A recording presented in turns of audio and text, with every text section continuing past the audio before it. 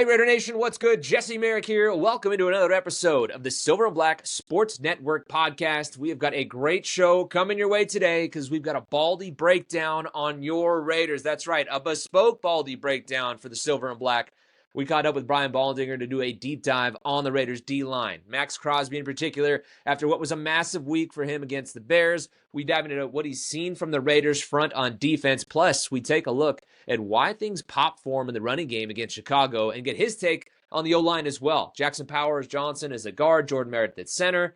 All of that. And we also take a look at the matchup this week against the Colts for his read on how the Raiders handled the loss of Kolton Miller on the left side against what is a stacked front four for the Colts on defense. Plus, we've got a weekly installment of Raiders Rounders coming your way as well, where we take a look at the Silver and Black from a betting perspective, giving you guys the best Raiders plays and best bets of the weekend as well with our buddy Matt Perrault. But we'll kick things off with our Baldy breakdown of the Raiders first. So let's get it rolling.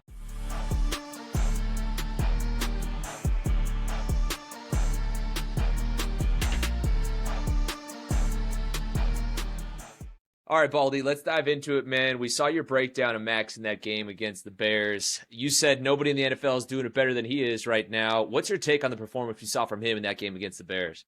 Well, I mean, he got his first interception. I mean, that's it's always something, add to your resume to add that, so that was good. But, I mean, he just refuses to be blocked and to stay blocked, and to play every snap the way he does, to play as hard as he does, to make as many plays on the other side of the field, knowing that he's going to get chipped and doubled and all the stuff that happens to him on a regular basis, and still make all the plays that he makes, to just refuse to be blocked. But not just that.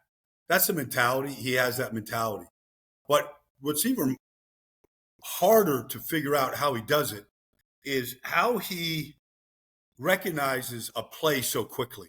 Yeah. Because there's all kinds of things. There's misdirection. There's play action. There's all these different things that can freeze your eyes for a moment. But his recognition is so fast, and that allows him to figure out the reaction necessary to defeat the action. And that's very difficult to do in real time. Yeah, no, I mean, that was something that really stood out to me in the Bears, too. I mean, he's in the backfield reading the plays, especially against a Ben Johnson team. Like, how difficult is that to do it against a guy like that has so many trick plays in his bag and so much misdirection as well? Yeah, well, it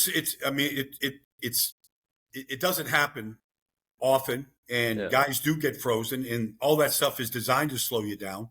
And so it's a great deal. But his study habits and what he's recognizing, or whatever,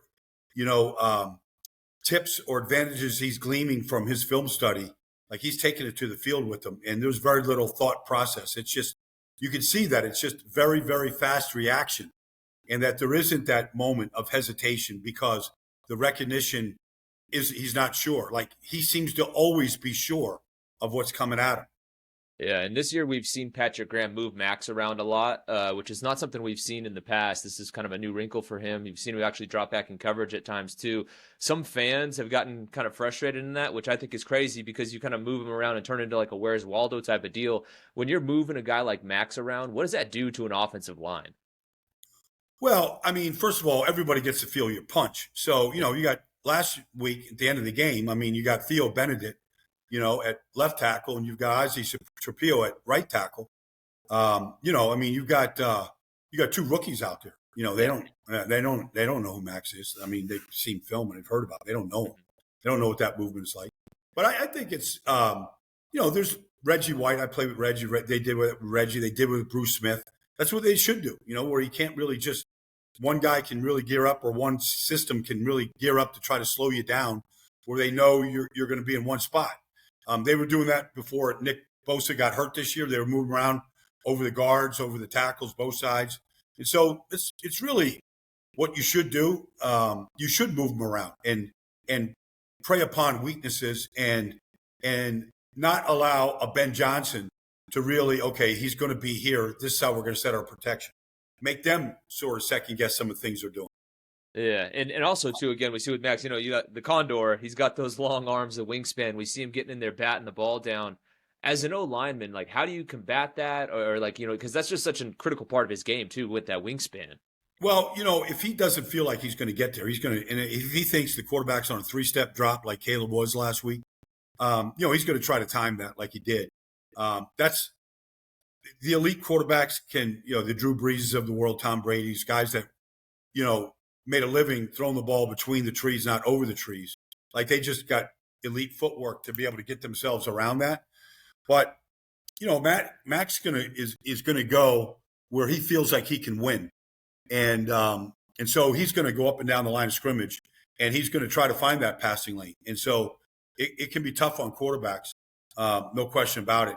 Just trying to throw either around him or through him. Either way, it's going to be tough because he's not going to stay in one place. No, definitely. And this week, as they take on the Colts, what do you think about the matchup, not only for Maxx, but just this Raiders front as a whole is going to be the difference in this game for them? Well, they have, I don't know if he still is. Jonathan Taylor was the leading rusher going to week 4. Yeah, he is now, yeah. He probably still would have been if they didn't have, the long touchdown run called back. Mm-hmm. He's just an elite player, so it does start with that. And they are a good group up front. They had a guy, Tucker, playing right guard last week instead of Gonzalez. He was out with an injury. So they've gotten to the backup. But Braden Smith's been around. Big Q's been around. This Bortolini is a young kid at center. The left tackle is young, but he's playing pretty good football. I think they've done a good job. Daniel Jones is very mobile, but he's done a good job of staying in the pocket, making throws. They should have won that game last week. They should be undefeated. Yeah. They beat Denver. They beat good teams. They outplayed the Rams. They lost because, a young player decided to celebrate before he got in the end zone. Otherwise, they would have won that game. They're a good team, and the quarterback. He did throw 2 interceptions last week, the first 2 mistakes that he's made. So he's not foolproof, but he's played pretty good football. And the tight end is a man, is a real man. So he's going to get some chips. You're going to see an offense, but it's very diverse, and the quarterback that's playing pretty good football. Yeah, I think the big thing for Daniel Jones, right? It seems like he's just been very opportunistic in terms of taking what the defense is giving him, aside from this previous week, obviously throwing the 2 picks. But has that been kind of the key for him, is just not trying to take too much and really just taking advantage of what is there? Somewhat, but they've been aggressive. They've had some big chunk plays, by design, 40-yard plays. They've had a bunch of them. They had 3 in one game a couple weeks ago. So they flipped field position on big plays. It's been Pittman. It's been Warren. It's been Taylor. Pick a guy. Josh Downs is a guy that you got to pay attention to in the slot. Like, he's a really good route runner. And so I think that Shane Steichen, I don't think there was ever a question that Daniel Jones wasn't going to be the starter, to be honest with you. Like, they're just in sync right now with Shane and Dan and DJ. So I think there's a lot of trust there. And then there's, like, I don't know if, I don't know if the one receiver is going to go. Alec Pierce is going to go or not. I'm not sure. But, he's a good weapon if he's in there. Yeah, he definitely is. Now let's flip it and talk about the Raiders' offensive line. It's been a struggle for them most of the season, but this week, against the Bears, they really got that running game going with Ashton Jeanty. What have you seen from that group just as the weeks have kind of gone on, and what maybe clicked for them in that game? Well, I just think there's always a dance to be made between the offensive line and the back. And they have to be in sync about how they're going to handle the mic, how they're going to handle backside cutoffs, how they're going to, the run blitzes, how they're going to handle stuff like that. That's going to come. So I just think, you go through all the preseason and you really don't get the timing down necessary because you don't see anything full speed. You're not playing in games. So I feel like September is the new August. And it was just a matter of time, I think, before Ashton started getting some of the runways that he wanted and where he really trusts that it's going to be there. And I thought for the first time, obviously, he got a bunch of those runways and he took advantage of it because he's going to be hard to tackle once he gets to the open field. It was just the first 3 weeks, it was tough to get him into the open field. Yeah, you give him space, and he's going to usually make the first guy miss, and that's where he can really do his damage. Obviously the big talking point with this Raiders offensive line, all offseason was Jackson Powers-Johnson and Jordan Meredith. Just what's your take in terms of how things have transpired within the two of them, and just how it's looked with Jackson at right guard coming back in this last game? He was real aggressive. Well, that's his style of play. I mean, that's how he was at center at Oregon. That's why he was maybe the top-rated center. I mean, you could go back and judge it. And I mean, some people have him the top-rated center. Like I thought he was an excellent prospect because of his mentality, and I think you need that mentality to be a good offensive line. I still think he's a better center than guard, but sometimes you want to get your best five guys out there, and so he's been at guard, but Raider fans are telling me that put him at center, like let him play his best position, and go from there. So I don't know exactly. I know Chip wants to run the football. Yeah. Like Chip's always been wanting to run the football, spread you out and run it. And so you're not going to have good runs unless you can get to the second level and get the second level blocked. And whether, Jackson Powers is at guard or center, he's going to get to the second level. He's going to take the good angles to get there. Yeah, and I guess the big thing when we talked to Chip last week, he kind of broke it down by saying with Jordan Meredith, it's more as that like athletic, almost kind of Jason Kelsey type of guy that can get out and move a lot, whereas Jackson's the bigger body, more aggressive type. Do you agree that maybe that's kind of where things are going with the style of scheme that Chip wants to do? Like, do you like that move, or would you rather see a guy like Jackson at center? I don't disagree with. Chip does have 2 years with Jason Kelsey where he was as good a center, and the perimeter game was a big part of. When he was there, Shady McCoy led the league in rushing. His best year he ever had was with Chip, and so a big part of it was a lot of the perimeter runs and getting to that level. And so there is some truth to what Chip is saying right there. Now, Jackson Powers-Johnson might feel like, he's not going to be at his best because he's not at the position that he loves the most. But that's what coaches get paid to do, to make those kind of decisions. Yeah, a lot of money going their way to be able to do that. That's for sure. Let's just kind of keep going along the offensive line here. DJ Glaze, it's been an up and down year for him. Where do you need to see him improve on the right side for the Raiders? Well, every tackle in this league is going to see great pass rushers, right side or left side. You're going to see it, and you can't always help your guys out. You can't always slide. You can't always chip the right way. Sometimes it's better to get five guys out and let the defense dictate where the ball goes quickly. That's just a mentality that West Coast offense has always had. And Chip subscribes to a deal, a great deal that can, where the ball comes out quickly. And so all you got to do is stay between your man. But in this league, you can't give up your inside. You can't get beat on the inside. And I think DJ's gotten beat on the inside. And he's also been driven back into the lap of Geno too many times where you got to drop your ankle quicker. And some of that is just getting off to fast starts, getting out of your stance quicker and more consistently. If you get off to a slow start, you saw it Monday night with the guys in Cincinnati against Denver. If you're not out of your blocks fast, these guys off the edge, like they're too quick. They're jumping to starts and they're timing it really, really good right now. You don't want to be late against elite pass rushers in the league. You're going to look bad.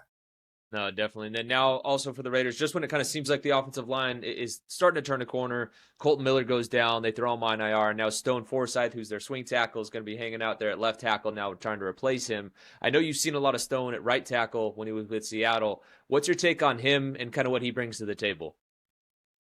Well, I think he's, not everybody has Kolton Miller and that athletic ability out there.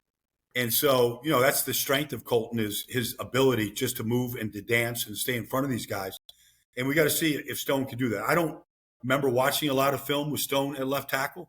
Like I know he's played the position. I've seen him more on the right side. He's a little stiffer than what Kolton is. And so that can be exposed. But, consistency in your sets is where it starts in pass protection. And so, I would say, be tuned into the snap and getting off on the snap, and then change up your sets. And I don't know how comfortable he is out there, but if you give these pass rushers the same set every time, they're going to take advantage of it. You got to change up. You got a quick set, short set. There's things that you can do to keep them off balance too. Yeah, and one guy that I'm guessing we'll see a lot is going to be Latu. What have you seen out of his game so far? He looks like he's coming this one on a bit of a heater.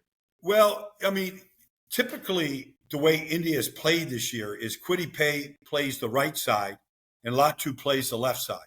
That's mostly what I've seen so far. Um, Now they've got a new defensive coordinator in Yeah, Lou Lou. Anarumo, and I talked to Lou last Sunday, and he's like, "We're just a work in progress. You know, Mm-hmm. we're trying to change some things." But I don't think Latu's gotten off to a great start this year. I saw him win a couple one-on-ones with Havenstein last week. Kwity Paye is a guy that has great quickness. He's undersized. He relies on leverage and quickness to win. And so that's what you're not up against a 280-pound defensive end in Indianapolis. You're going to look at two guys that are 255, maybe 260. That Latu is a guy that just has. He reminds me a little bit when he came out of Maxx in that he can get his body into a lot of different positions and get out of it. He can give you a lot of movement. He can manipulate his body into a lot of different positions and still keep his feet moving. Kwity Paye is more of a speed to power rusher. That's kind of, I don't see them flip flopping many sides. I see them staying on their sides right now. And then they run they run all the twist games inside with DeForest. When they want to come after you, and he's an elite player. And you just watch him pregame and watch him work on his getting out of his stances and all the things that you can do. He sets the table for that defense right now. Yeah, he definitely does. And as we close this one out here, Baldy, I just want your take overall on the game. I mean, who do you think wins this one, and why do you think that is? Well, I feel like Indy could easily be 4-0 right now. They haven't played a bad game. They played some good teams. They played Denver and the Chargers and the Rams. They played really good teams. They've gotten good competition, and they look like they can play with anybody. To be honest with you, I think this is going to be a tough game for the Raiders. But the way Genty ran the ball last week gives me some hope right now that they can build upon that. And if they can control the game on the ground like they did for parts of the game last week, they could have easily won the game. But if they can control the ball on the ground, I think that gives them that's what they want to do anyways. And so let's see how they can build upon that. But if they have to drop back and throw it right now, I think they're going to have some trouble. I don't think Xavier Howard is a great corner anymore. They went after him. Puka Nacua ruined him, and so I do think they can have some success. I do want to see more from Dante Thornton. I just know that guy is a game breaker, and he's got that speed. And I like to see a little bit more from him. I know you can't just build your offense on go shots, but that guy can change the game with his speed and size. Yeah, no, he's a guy we haven't seen, I think, as much as the Raiders would have liked to see from him. We talk about trying to develop the route tree and stuff.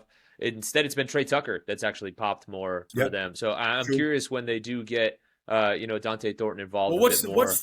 What's Brock's situation right now? Is he getting healthier at all? He looked the healthiest that he has in this last game here against the Bears, but he's still kind of dealing with things. Pete even mentioned the fact of once he gets that knee brace off, he thinks he'll return a little more to himself. That could be a few weeks away. So you can tell he's not fully back. We've seen it in spurts. For sure. If I remember right, the first drive against the Bears too, they didn't use him a ton. They were switching to Ian Thomas, and because Michael Mayer was out, he's dealing with a concussion, but he was back out of practice. So I'm real curious to see how Brock looks this week, because obviously, he's a game changer when he is out there, right? I mean, nobody can cover him, and he's unbelievable after the catch. So, it's going to open up things for everybody else if he can ever. I haven't seen him look right yet. No, that's why I asked the question. It's clearly still hurting him, and he can't be the same guy right now. He can still come out of his breaks all right, but he doesn't look like the same player we saw a year ago. Yeah, and that actually, sorry, I lied. I'm going to get one more for you here on this one. Just talking about the tight ends. This got the thought back in my head. We've seen 12 personnel, I feel like, used a lot more around the league. When the Raiders do have a healthy Brock Bowers and a healthy Michael Mayer, what does that do, 12 personnel, to a defense in terms of putting them into a bind, the way the offenses can use that grouping? Well, it's going to get a lot of base defenses on the field. Yeah. All right. So you're going to get 2 and 3 line. If you play Kansas City in a 12 personnel package, you're going to get 3 linebackers on the field.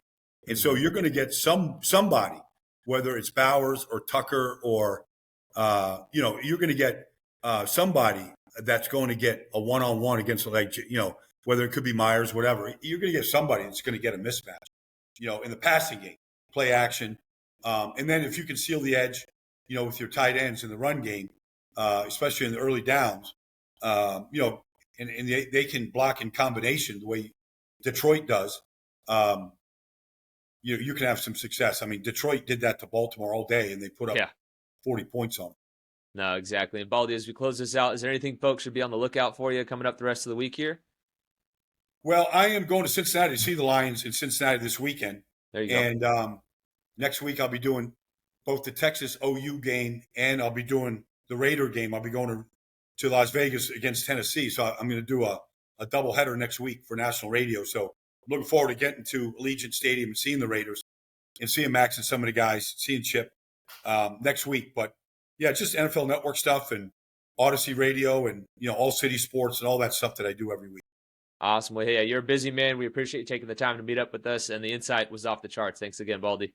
Appreciate you. All right, Jess, you got it, man. Hey, Baldy's the man. Few do it like him, so I'm stoked they took the time to jump on the pod with us and break down the Condors game. That is grade A insight right there. I went longer than I wanted to, but how could you not against him? What a great breakdown of the trenches. And speaking of insight, let's see if we can't get you guys some money for the week.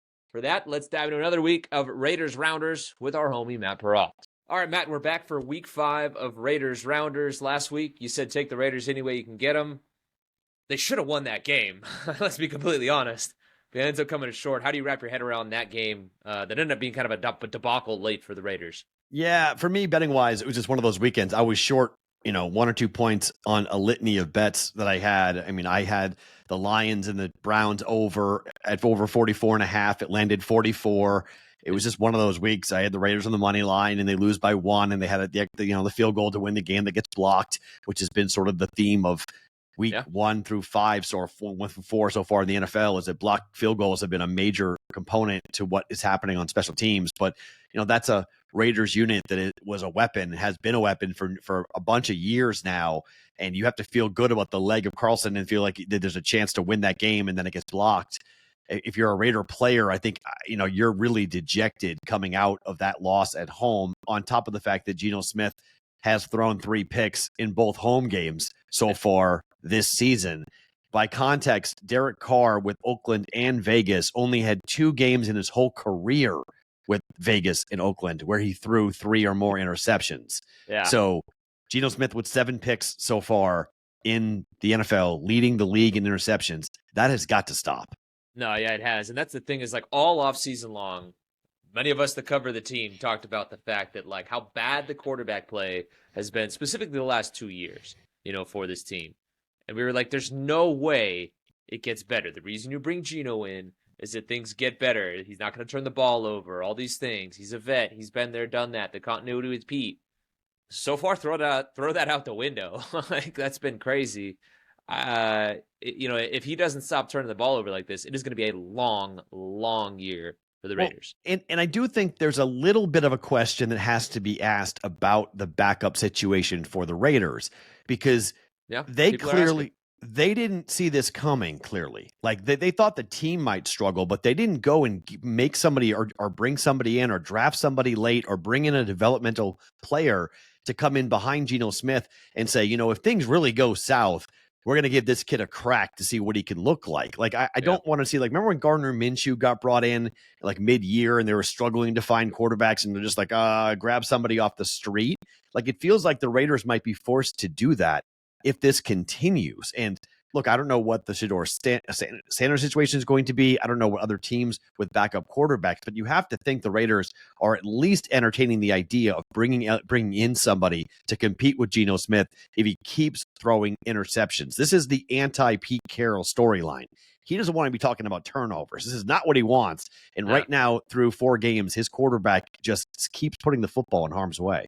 Yeah, when they traded for Kenny Pickett, before the season started, so they've got him in the room there. And I agree with you on the shaking the head thing. I mean, we've seen what Kenny Pickett is in this league. Fans are calling for him already. I don't think you want to see Kenny Pickett out there, and I don't think it's time to turn to him. But I am curious to see if some murmurs start going out there. But it might be too late, too. I don't know that they're going to be willing to give anything up, especially the way the season's going, like, why would you trade for two quarterbacks? And then it's like, well, why'd you trade for Kenny in the first place? Like, I think that turns into a whole jumbled mess there. I think, honestly, and I've had this conversation way more than I'd like to already 4 weeks into the season, but I think they stick with Geno the whole way, and they'll ride him down the stretch because Pete's got belief in him, and I think that he thinks that he's going to be able to dig himself out of it. I hope that's the case. I mean, for us here in Vegas, we want to have a good, a story to follow on a team that's winning. It's way more fun to cover a team that's winning versus a team that's losing. But I mean, this is a really bad spot for them. I mean, I liked the spot for them going into the game against the Bears. I didn't like the fact that Allegiant was split 50-50 with Bears fans in the building. I wasn't really a fan of that. But I do think going to Indianapolis after a loss to the Rams is a horrible spot for a team at home. Has been electric. And the Raiders defense better be on their game. And Maxx Crosby, I mean, tip of the cap to the game that guy had against the Bears. He was everywhere. He did everything asked of him, turning the ball over, interceptions, sacks, tackles for losses, everything. And I felt for that guy that game did not end with a victory because he gave it all. Yeah, no, he did. And I heard some people were like, well, where was he in the fourth quarter? And it's like, dude, he was all over the place the entire game. Like, do not get on him for that. That was unreal. He played a winning effort in every sense of the word. So obviously, reading what you're saying, I think you're taking the Colts in this game. We've seen the number at 6.5 and 7. How you feeling about them maybe covering? Yeah, I think they cover. I think it's going to be every teaser. I've seen a bunch of people talk about Survivor picks, taking the Colts in Survivor. It's a dome game with this offense, and Shane Steichen's offenses in domes have been really good. Shane Steichen's offenses at home have been really good, and Daniel Jones, frankly, in domes at home has been really, really good. So I was impressed with I was on the Rams last week laying 3.5 at home against the Colts, and I was saying I'm not buying the Colts. So I watched that entire game. I came away a little bit corrected. I kind of am buying the Colts. I kind of am buying this offense, and I'm buying the way that Daniel Jones is running this offense. It's efficient.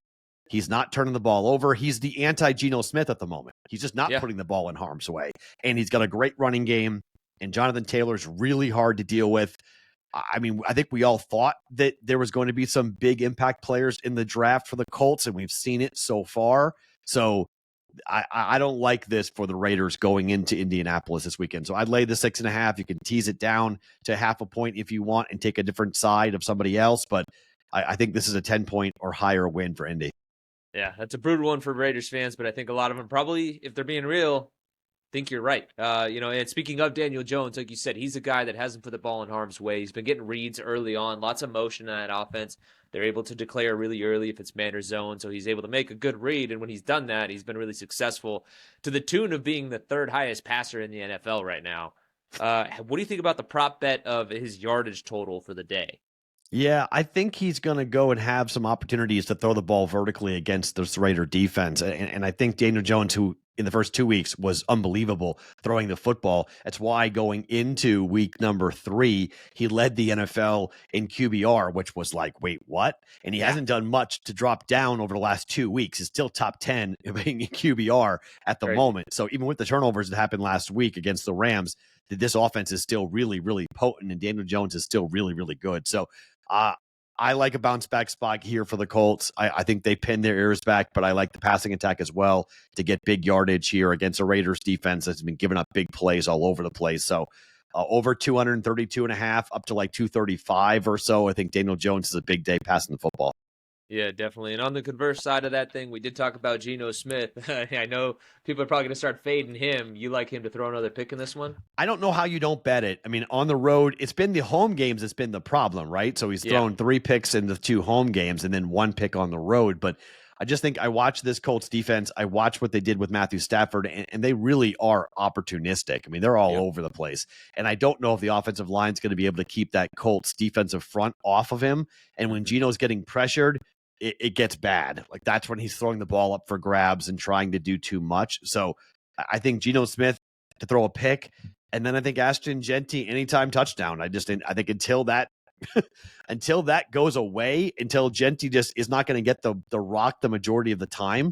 He had two receiving and 1 rushing last week, 3 touchdowns for him last week. I don't see how he doesn't score at least 1 for Ashton Genty. So anytime touchdown, Ashton Genty, just keep on betting those two until it falls off, because right now they've been very profitable.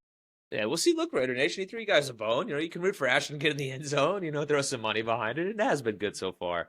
So we'll see how it turns out for them on Sunday in Indy. Again, I'm with you. I don't think it's a good spot for them.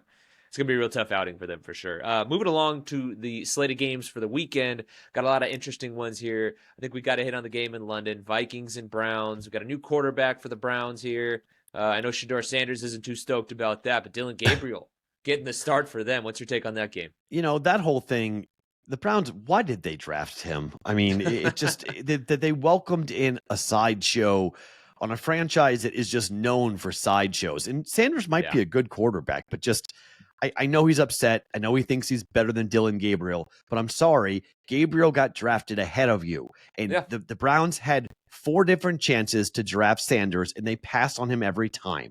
So they took him in the 5th round just because he was available and it was a decent play from a value perspective to take another quarterback. But they're under no requirement to play Shedeur Sanders, and the coaching staff and Kevin Stefanski, they are there every day. They watch in practice. So at least in the preseason, Gabriel outplayed Sanders dramatically down the stretch. So I've been calling for this move for a while. I have no idea why they played Joe Flacco for 4 weeks. It makes no sense to me whatsoever. But to me, I mean, Carson Wentz is a big question mark after what happened last week against the Steelers. They played better in the second half, but the interceptions and the lack of offense in the first half was tough. And then the defense, for whatever reason, the Vikings on the road against the Bears did this, and the Vikings on the road technically against the Steelers did this, where the first half is a disaster, and the second half they play lights out.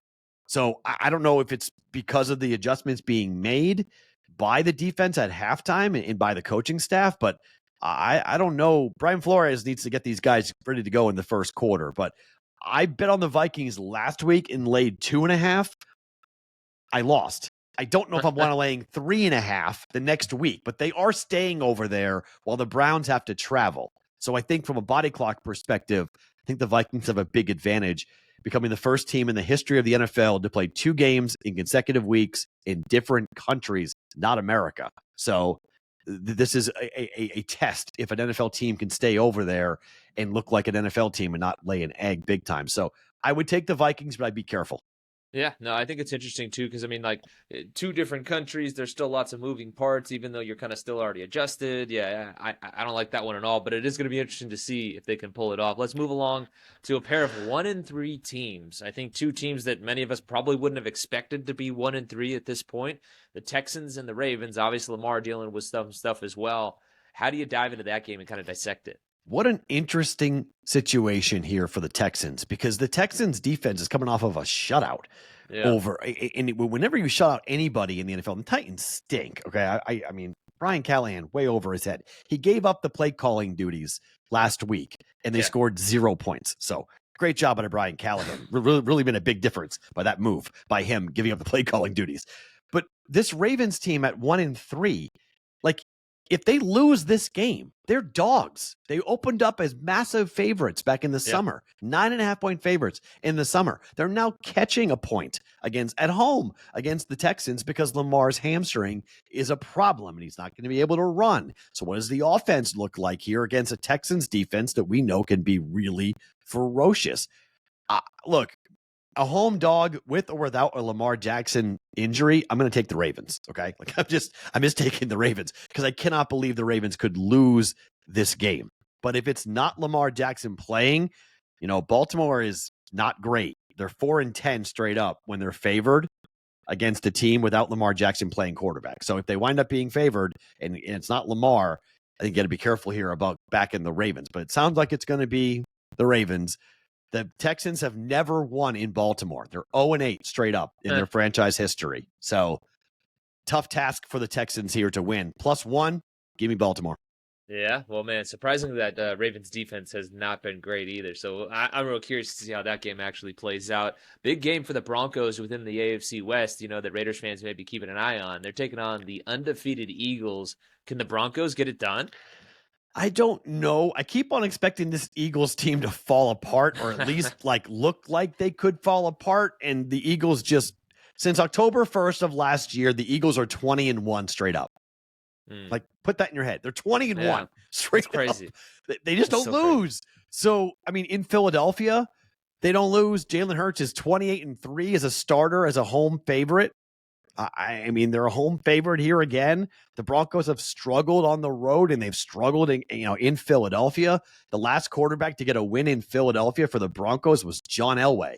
So it's been a bit for this Broncos team. It's been quite a while since they've gone there and won. So, I mean, maybe they make it a game. Maybe they keep it close. But, I mean, this could be a survivor pick if you want to go. If you haven't used the Eagles yet. But I think under is not a bad look in this game, but I think the Eagles win this game. Yeah, and then another really interesting one, at least from a jersey perspective too, when you look at this, is Bucks and Seahawks. I think this might be the greatest jersey matchup of all time, as they're both busting out the throwbacks.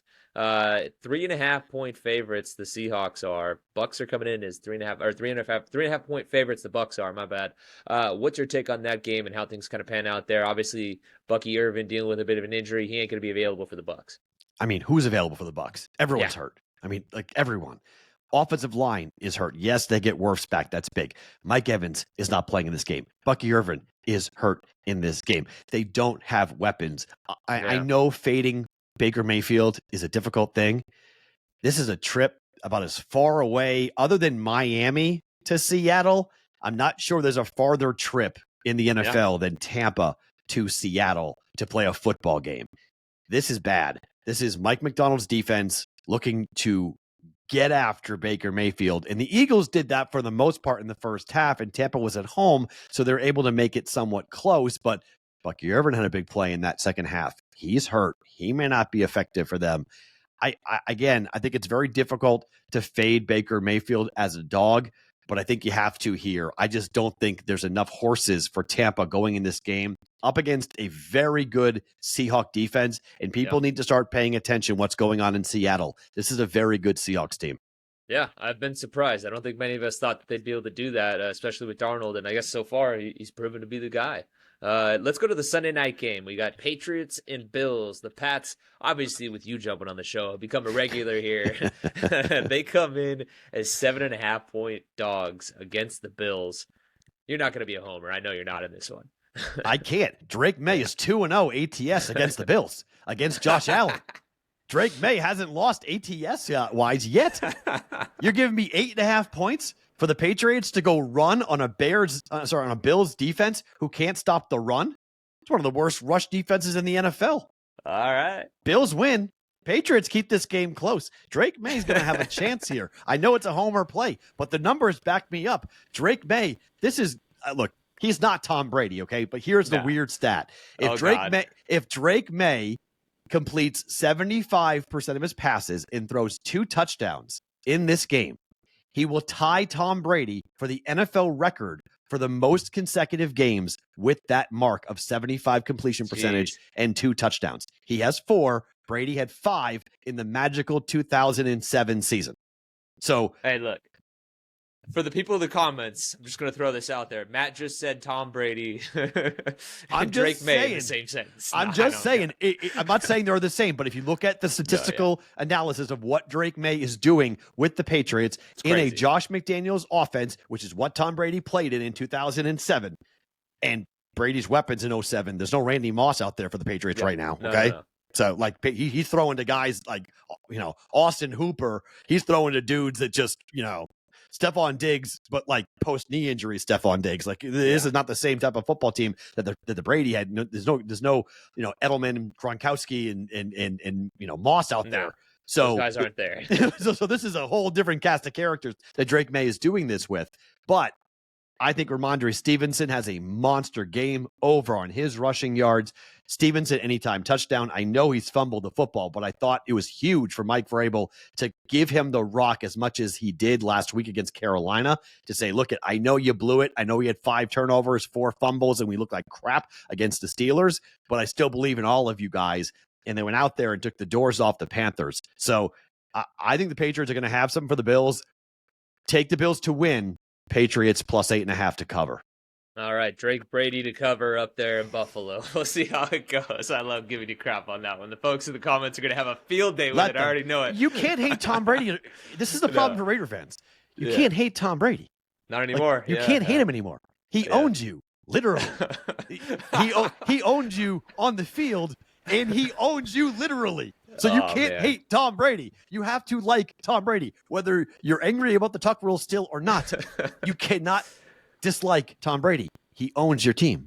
Yeah, it's just a weird situation. I feel for Raiders fans that have to try to wrap their head around it, but hey, such is life in 2025. Being a Raiders fan now, I guess. It's so weird seeing that dude wearing Raiders gear. With that, Matt, let's go jump ahead to the final game of Week 5. Chiefs and Jags.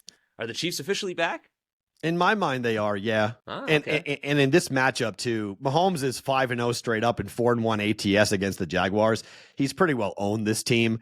You know, when talking about prime time, Patrick Mahomes, he's been really good. The only time Mahomes has ever lost in the state of Florida was in the Super Bowl to the Bucs. That's the only time he's ever lost in the state of Florida. He's 5-1 straight up so far in his career. And I just think we saw it where he was 17 of 22 last week, 3 touchdowns. He got the ball out really, really quick. He was able to dissect that defense. And you could say, well, it's the Ravens. And I'm going to say, well, okay, the pass rush for the Jaguars is what they do well. But after that, who are you really worried about for the Jags? I just think this is not a good situation for the Jags. And I just think Mahomes, they may not go over. You may want to play the under in the game, but I do think this is a win for the Chiefs, and I'm willing to lay the 3.5. All right, we'll see how that one shapes up. Matt, as we close it out, as always, tell the folks where they can find your work and what you got cooking. Sure. At Sports Talk Matt is X, Twitter. That's the handle. You'll see all the work. Daily Juice Podcast is a picks podcast each and every single day, 365. And the Bostonian versus the Book is a long-form conversation. If you like baseball, we've been heavy into these baseball playoffs. The Red Sox are playing a game. Well, when this airs, we will not know about the Red Sox if they win or lose. Hopefully they won a game 3, but we'll get to the divisional series this weekend, and then the AL and NLDS is coming up here into the CSs as well. So all that coming long form, short form at Sports Talk Matt. Love it. It's good stuff, Matt. As always, thanks, man. We appreciate you. Hey, it's always great chopping it up with Matt, and he has been pretty good this year. So give him a follow and check out his work over there on the other sports that he covers as well. In the meantime, it is time for my pick of the week. Now, I've actually picked the Raiders each and every week. As you guys know, that has not worked out great for me. And I've done it more of like a week-to-week feel. I wasn't trying to be a homer. And then I just, like, against the Chargers, I thought they were going to lose the gut feeling. I didn't trust my gut there. But then this week against the Bears, I said they would get the running game going and the D-line would dominate. They did that, but we all know how the game actually ended. So I'm sticking with my gut. And this week, I just can't pick against them, or pick them to win against the Colts, that is, especially with Kolton Miller being out. No offense to Stone Forsythe, but he's got a really tough spot there against Latu and Kwity Paye and the rest of that defensive front, which I think is loaded. I do think that Buckner has a big game, and the O-line could see their struggles after taking a step forward last week. Having said that, the Colts don't stop the run very well, so there's a chance that Genty gets going again. I'd like to see that. I just don't like the matchup against this Colts defense as a whole, and I think they're going to keep things pretty simple on offense as well. Daniel Jones is taking what the defense gives him, so I see them dinking and dunking their way down the field a bit here, even though Baldy did say they're taking their deep shots. But I think this turns into a possession game, and then Jonathan Taylor kind of trying to get him going late to eat up the clock there. And it's tough because, look, that would drop the Raiders to 1-4 on the year, and things would be looking really bleak, even though I know a lot of you guys think it's already bleak. But having said all of this kind of does feel like one of those games where a lot of us count the Raiders out and they play a hell of a game and go and win. So watch that happen after I go picking against them. That would be very fitting. And as I do always mention, though, guys, look, if you're not already subscribed to our newsletter, head to silverandblacksportsnetwork.com and please do subscribe. It is free, costs you nothing, and includes a pair of newsletters dropping on Monday and Friday mornings at 6 a.m. They're chock full of all the biggest Raiders takeaways and analysis from game day as well, and also a look ahead to what you should be watching for over the weekend in the Friday edition, which came out this morning. It's also a great way to support the growth of our brand as well. So do go to silverandblacksportsnetwork.com and check it out. And again, make sure you subscribe and like to this podcast wherever it is that you guys are listening to us. If you like what you heard, hit us with that 5-star review and leave a comment as well. We do appreciate you guys all watching and listening each and every week. The support means the world to us. And heads up for our next podcast, which will be the post-game show on Sunday. I won't actually be on the road in Indy this week. I wanted to make sure that I did hit the road for the first 2 games, but I'm going to reassess travel for the rest of the season, kind of see how things go. So I may be back out on the road in the future, but for now, I'm just sticking with the home games at Allegiant Stadium going forward. So with that, guys, thanks again for watching, and we will catch you right here back in the Silver and Black Sports Network studios after the game on Sunday. Take it easy.